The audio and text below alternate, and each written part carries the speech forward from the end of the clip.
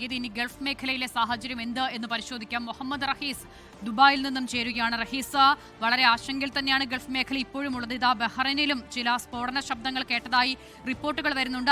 അതോടൊപ്പം തന്നെ ഖത്തറിന്റെ ഒരു പ്രതികരണം ഏറ്റവും പ്രധാനപ്പെട്ടതായി കൂടി വരുന്നുണ്ടല്ലോ റഹീസ്. അതിൽ തിരിച്ചടിയുടെ സൂചനകൾ നൽകുന്ന ഖത്തറിന്റെ പ്രതികരണം അത് നിലവിലെ സാഹചര്യത്തിൽ ആശങ്ക അല്പം വർദ്ധിപ്പിക്കുന്നതുമാണ്. നിലവിലെ സാഹചര്യത്തിൽ ആശങ്ക വർദ്ധിപ്പിക്കുന്നതാണ്. പ്രത്യേകിച്ച് ഖത്തറും കുവൈറ്റും ഒക്കെ വലിയ തോതിൽ ഈ സമയത്ത് തങ്ങളുടെ ഈ ശക്തമായ അപലപനം രേഖപ്പെടുത്തുകയാണ്. ഒപ്പം തന്നെ കടുത്ത ഭാഷയിൽ തന്നെ ഇറാനെ വിമർശിച്ച് രംഗത്തെത്തുന്നു എന്നുള്ളതാണ് നമുക്ക് മനസ്സിലാകുന്നത്. അതിനപ്പുറത്തേക്ക് UAE കൂടി അല്പസമയത്തിനുള്ളിൽ UAE പ്രസിഡന്റ് മാധ്യമങ്ങളെ കാണും എന്ന് അറിയിച്ചിട്ടുണ്ട്. അദ്ദേഹത്തിന്റെ ഒരു മീഡിയ ബ്രീഫിംഗ് ഉണ്ടാകും എന്നുള്ള വിവരം പുറത്തു വരുന്നുണ്ട്. അപ്പോൾ ആ നിലയ്ക്കാണ് എങ്കിൽ ഒരുപക്ഷെ UAEയും സമാനമായിട്ടുള്ള ഒരു സ്റ്റാൻഡിലേക്ക് പോകും. അത് ഒരു തുറന്ന ആക്രമണം എന്നുള്ള രീതിയിൽ ഈ രണ്ട് ഈ പ്രസ്താവനകളെയും നമുക്ക് കാണാൻ കഴിയില്ല. പക്ഷെ അതിനപ്പുറത്തേക്ക് നിലപാട് കടുപ്പിക്കുന്നു എന്നുള്ള കാര്യം ഉറപ്പാണ്. ഇന്ന് നടന്ന ആക്രമണങ്ങളെ ഒരു തരത്തിലും നീതീകരിക്കാൻ കഴിയില്ല. അത് സൗദിയിൽ നടന്നതായിക്കോട്ടെ അല്ലെങ്കിൽ കുവൈറ്റിലും ബഹ്റൈനിലും ഒക്കെ നടന്ന ആക്രമണങ്ങൾ ഒരു നിലയ്ക്കും അംഗീകരിക്കാൻ കഴിയുന്നതല്ല. ബഹ്റൈനിൽ തുടർച്ചയായി ആക്രമണങ്ങൾ ഉണ്ടാകുന്നുണ്ട്.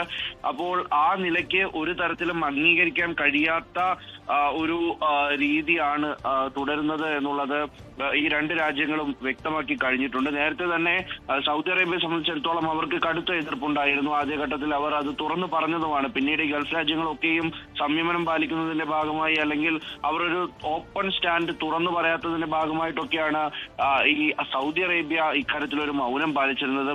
പിന്നീട് അവർ ആ പ്രസ്താവനകളൊന്നും നടത്താത്തത്. പക്ഷേ നിലവിലെ സ്ഥിതിഗതികൾ അനുസരിച്ച് അത്തരത്തിലല്ല നീങ്ങുന്നതെന്ന് മനസ്സിലാകും. പ്രധാനമായിട്ടും UAEയിൽ ഈ ഫുജൈറയെ സംബന്ധിച്ചുള്ള അപ്ഡേറ്റുകളാണ് ഇപ്പോൾ വരുന്നത്. ഈ ഫുജൈറ പെട്രോളിയം ഇൻഡസ്ട്രിയൽ എസ്റ്റേറ്റ് അവിടെ ഇന്ന് രാവിലെ ഉണ്ടായ ഒരു വലിയ തീപിടുത്തമാണ് എന്ന നിലയിലേക്കാണ് നിലവിൽ വിവരങ്ങൾ പുറത്തു വരുന്നത്.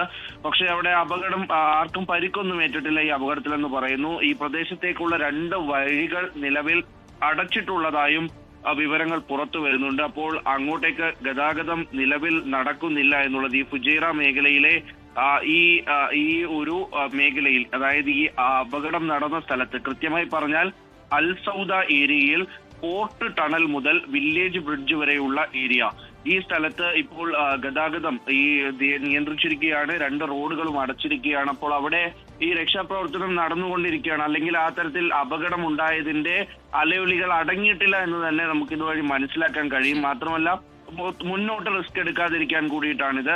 എന്തായാലും UAEയുടെ നിലപാട് കൂടി അരമണിക്കൂറിനുള്ളിൽ വരുന്ന സാഹചര്യത്തിൽ ഗൾഫ് മേഖല എങ്ങനെ ചിന്തിക്കുമെന്നതിന് കൃത്യമായ മറുപടി ആയിരിക്കും, അല്ലെങ്കിൽ ഉത്തരം ആ UAEയുടെ ഒരു ഔദ്യോഗിക വെർഷനിൽ നിന്ന് നമുക്ക് ലഭിക്കും. അസിത, ശരി, മുഹമ്മദ് റഹീസാണ് വിവരങ്ങൾ നൽകിയത്. സംയുക്തമായ ഒരു ആക്രമണത്തിലേക്ക് GCC രാഷ്ട്രങ്ങൾ കടക്കുമോ എന്നുള്ളതാണ് ഏറ്റവും പ്രധാനം. ഖത്തർ എന്തായാലും തിരിച്ചടിയുടെ വളരെ കൃത്യമായ സൂചനകൾ നൽകുന്നുണ്ട്.